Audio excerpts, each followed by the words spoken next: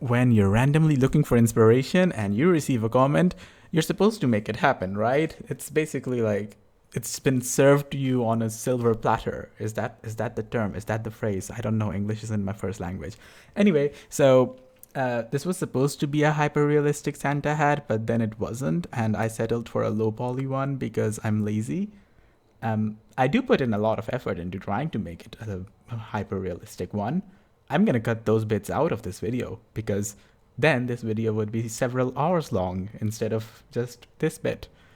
Anyway, let's move on with the time lapse now. All right, so despite my year-long break from YouTube, it seems like I still enjoy making stuff out of cubes. So that's what I'm doing. I make this entire hat out of a cube. Just start with the cube, subdivide it, and have fun with it. Obviously, the top bit needs to be a circle, so just use a UV sphere for that. Where things start going wrong is when I get done with this hat, and that's when I try to start adding hair to it. That's the bit I'm going to be cutting out, by the way. Actually, let me see if I can show you just a little bit. Oh yeah, so this is the monstrosity that I created during this entire brainstorming session. Well, not really a brainstorming session now, is it? It's just garbage. Anyway, so this is what I created, and very soon I realized, like, all right, so this can't actually happen. I need to stop. I need to stop this line of thought and just go back to a low poly thing and just have fun with what I have and make something that I want to make. And apparently that's an egg. I want to make an egg. Okay, Vasek, all right, that's fine. Anyway, so back to the original time lapse. Alright, so at this point, this wasn't really supposed to be an egg. I just wanted something that the hat lies on because it makes it easier to model it and to, what's it called? What's that? Visualize. Yeah, it makes it easier to visualize. It's sort of the thing where if you're ever making an architectural thing, just make sure you put in like a 3D model of a person in there so you can visualize the size and everything, because otherwise it's just really hard to do. For the eye, I just apply a mirror modifier and just go into edit mode and move it off center because that just mirrors it. You don't have to do anything else. And this is like the easiest way to make eyes, in my opinion, for low poly stuff. Oh, and for the eyebrows, I'm using a torus because last time I didn't use a torus and the eyebrows looked really bad. And this time I'm using a torus and the eyebrows are looking really nice. That tells me that I should be using toruses for eyebrows more often. Alright, so once I was done with the entire half-hour side quest of trying to make everything look hyper-realistic, well, not everything, just the hat, to be honest, when I gave up on that, I wanted this egg to float. Yes, I just went from hyper-realistic hat to floating eggs, and yeah, that's how my brain works. It's okay. I just used the base of the egg itself. I just duplicate it and extrude along the normals to make that floaty McJiggy thingy majiggy. And then I needed some way, something at the base. Like I wanted it to seem like there's thrust, all right? So there's something that's pushing this egg upward. And at first I thought, all right, so I'll just use the emission and that'll look like there's a flame down there. But then I realized, no, because flames come with, actual flames. And this being low poly, I can't actually model flames over here. Well, I could, but then I would take like 3 more hours. So I decided to just use the Blender's particle system. The same particle system I was using to fail at making hair, that also creates particles. And I just created like a basic sphere somewhere off the side of the map, not the map, the scene, and just used that for, the particles. That's basically it. Like that actually made it look really nice. I was happy with the final result. Obviously it could be better, but you get what you get. It's not like I'm selling this to a client, right? So who cares? So I see this egg that's looking like kind of sad, and I thought, what would be nice if it was looking at another egg that was broken. Yeah, I need help. Also, I sort of forgot how to make plates, and I was failing so horribly at making plates that I just gave up in the end. So I don't even know why I'm showing this to you guys. I just gave up in the end and just put it on the ground. Also, I don't know why, but I wanted to make it look like an accident instead of just like someone has actually killed the egg, because obviously the egg's floating, right? So they're sort of sentient.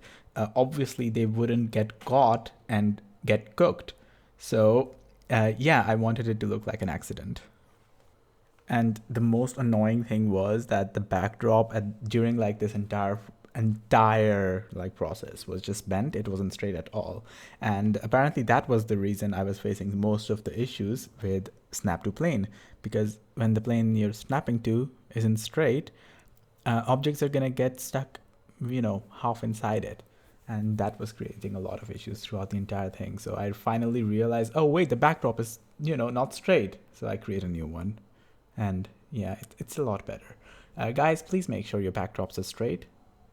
Otherwise, you're gonna have a lot of issues making plates. So many issues that you're gonna just give up on making a plate in the first place, and your entire scene is just gonna change. That's it. Let's go. All right, so I wanted to make like the actual inners of the egg, right? And I tried using metaballs for that, but I've never actually used metaballs in like an actual scene before. And I was struggling with it because I don't know how they work. Apparently, they just make each other bigger and smaller, and they like stick to each other, and it's difficult to use like different materials for them, and you have to convert them into meshes or whatever. And although I can see the potential of using metaballs for something like this, I just didn't have it in me to learn about them at this point. Maybe in the future, maybe in like another scene. So after quickly realizing that, all right, metaballs aren't just gonna cut it because I'm not that familiar with them, I decided to use a cube. As usual, use a cube when you're confused.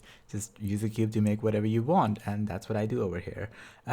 Although at first I try sculpting it, failing horribly. Then I tried the good old method of like hiding some geometry and randomly changing the rest, failing horribly at that as well, because I just, what's it called? Yeah, it was kind of moving the geometry in unpredictable ways. So I just decided to give up on that. I made a plane, deleted the interface. Well, did I delete the interface? I don't even remember. Anyway, yeah, I did. Anyway, so just deform it a little bit and turn it into an egg. Problem solved. Perfection. You're not gonna get a better egg than this, boys. I like it how up until this point, the thought just hasn't crossed my mind that, well, Wasik, plates are ugly. Why are you using a plate? Just put it on the ground, man. But yeah, at least I spent a lot of time, trying to make the egg look good. Not the egg that's floating up in the air. That one looks horrible. The egg that's down here on the ground. That one, that needs to look perfect. So just, squeeze it down and that's it. Let's go. Oh my god. All right, so once I had the eggs material like just a little bit worked out, I decided to work on the plate, right? And that's when I realized, no, this isn't gonna work. Your plates are ugly, and your material for the plate is even uglier. Um, and I don't want to work on it, so just delete it. Well, hide it for now. We'll delete it later. And yeah, and then as soon as I saw the egg on the ground, I knew what I had to do. I had to make another broken apart eggshell next to it. Hmm. Perfect. Perfect brain. For the first minute or so, I was just struggling with my own incompetence. But as soon as I overcame that, it was actually surprisingly easy to make a broken eggshell. I mess up half of it, so I just ended up to just duplicating, the other half.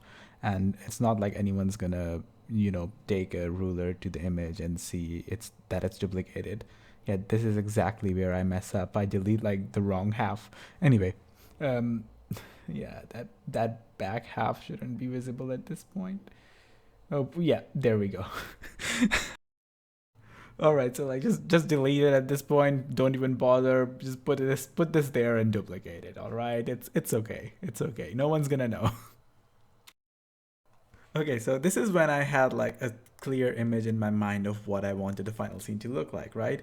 I wanted there to be a broken egg on the ground, I wanted this other egg to be looking at his buddy who is now lying with his innards, just innards splattered on the ground. And I wanted it to look like an accident. Well, sort of look like an accident. Like it's still unclear what exactly happened. And it still needed to have like a Christmassy theme, okay? So I needed some presents in the background as well. I wanted like a candy cane, those, what's it called? Um, One second, I'm gonna go think about what they're called and then come back. Okay, I'm back. You know how the candy thingy is called a candy cane? So the walking thingy is called a walking cane. Yeah, so the candy canes that look like a walking cane. I'm really smart, man. Wow. How did I get here? And this amazing thing about 3D modeling, like once you make one item, you can just duplicate it and use it wherever you want, right? That's really nice. And obviously this egg needed to look a bit sad, so yeah, just change the eyebrows, man. The eyebrows tell all the emotions. Also, mouths are incredibly hard to make, so I'm just not gonna bother because I'm smart. If you can't make something, don't bother with it. Okay, and obviously, if it's an accident, then the base needs to be there as well. I tried a bunch of different things with the base, and I wanted it to still be working. Like it should still be throwing out the what's it called, the particles. Yeah. Why did I just snap my fingers? All right, the particles. But if it was like lying flat on the ground, then it wasn't working because the particles were just going straight up. So I had to like tilt it and put it inside the other hat, and that made it actually look really nice. Like that actually helped. It did take some effort putting it in there without it clipping through everything. Oh man.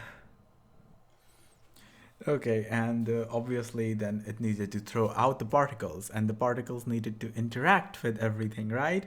I still feel like this would look a lot better in an animation where like the other egg is floating up and down a little bit, like wobbling up and down. Maybe I can like render that out. Maybe, probably not. I'm just too lazy right now. But yeah, uh, the final scene was like coming together at this point. Uh, by the way, for the HDR, I'm using Blender's own sky texture. I'm not actually using an HDR over here. I love the sky texture. The sky texture they added in like a few versions ago, I believe. If you can just play with it a little bit, you can make it look really nice, by the way. If it's too bright, you will have to play with your camera's exposure though, because yeah, that's basically how it works, right? In the real world as well. Anyway, yeah. This animation ended up looking really nice. Like I said, I wish I could actually make like an animation of this, but this is in cycles, and oh my god, that would take forever to render out. My computer is not that strong. All right, and then I needed those presents in the background that I talked about, and they were surprisingly easy to make as well. I used the same trick that I talked about earlier, where like if you're in low poly and there's not subsurface, subsurface modifiers basically don't exist in low poly, so you can just duplicate the geometry and extrude it along the normals, or just scale it along the normals in this case, because the center is basically in the center. You can just create stuff like this really easily, and what that lets you do is it lets you create geometry and items that basically look like they belong with each other instead of like they've been splattered on top later. So I don't know. I just really like this quick little technique. I wanted to share it with you guys. For the top of the present, I try a bunch of different things. I fail, and in the end, I just use a UV sphere and like cut apart some parts of it, and just use the rest of it. Like solidify it and make it look like a flower, basically. Well, it's not really a flower. Just make it look like something that's not basic. I think that's the theme we're going with today. Just make stuff look not basic. Hey, that's a good aim in life, man. Okay, that's a good aim in life. And obviously, how can I ever be happy with a single present, right? You need multiple presents. Come on, come on. I will say though, placing this stuff is incredibly difficult because at the same time you want the present to like not interfere with your scene itself, but you also want it to be natural, like you want it to look natural, and in a natural world, the egg would be in front of the present, and it won't actually be composed that well. But would it be though? uh, yeah I still need to work on my composition, like the actual scene composition, right? Not like the color composition and all of that stuff. Obviously, that I still need to work on. That is still garbage. Huh. I'm starting to see a trend here. There's a lot of garbage I need to work on. Anyway, so this basically leads to my first render, which is this one. And for this one, I believe like the scene itself is like, whatever I was imagining. It doesn't really matter. I'm not happy with the colors because it's too dull. I kind of want it to be more vibrant. I do take a stroll down compositor lane and I quickly run the opposite way because I do not know how to use the compositor at all. Let's not talk about that. Let's not talk about that at all, okay? And then I just decide to, work on the scene itself. Maybe like spread things apart a little bit, increase the colors a little bit. Like, yeah, one render leads to another, and the other leads to a third one, and that's basically what I showed you guys at the start of this video. And here we are. If there are any questions, like I do have this complete recording, so I don't mind delving deeper into, the specifics if people are curious about a specific part in this video. Apart from that, yeah, it was nice ending my 1 year plus vacation from YouTube to make this scene. It was a nice escape. See you guys in 2 years. Let's go.